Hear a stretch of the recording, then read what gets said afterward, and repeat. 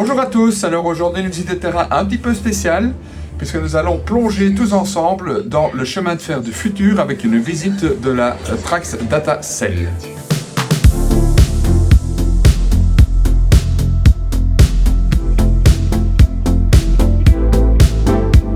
Donc, je suis ici avec Sébastien Wagny, le patron de la voie. Donc, Sébastien, on va aller voir la Trax Data Cell. Alors Trax Data Cell, elle a été créée quand et pourquoi ?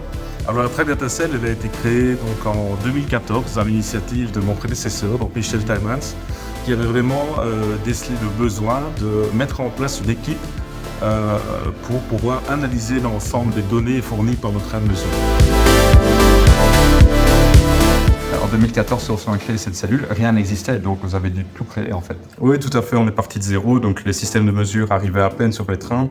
Voilà, donc on a dû vraiment mettre au point quasiment de zéro tous les algorithmes, toute la gestion informatique aussi, toute l'équipe, l'organisation de l'équipe, les communications entre les différents intervenants, tout ça on est parti de zéro. Alors Alexis, montre-nous un peu qu'est-ce que tu fais ici. Tu fais le contrôle des appareils de voie, c'est ça? C'est ça, donc là maintenant donc, le contrôle visuel, comme vous pouvez le voir, donc, on a plusieurs caméras pour différentes vues. Ici la vue du dessus, derrière ici donc les vues des côtés. Ce qui nous permet donc d'avoir une vision globale donc, sur le rail.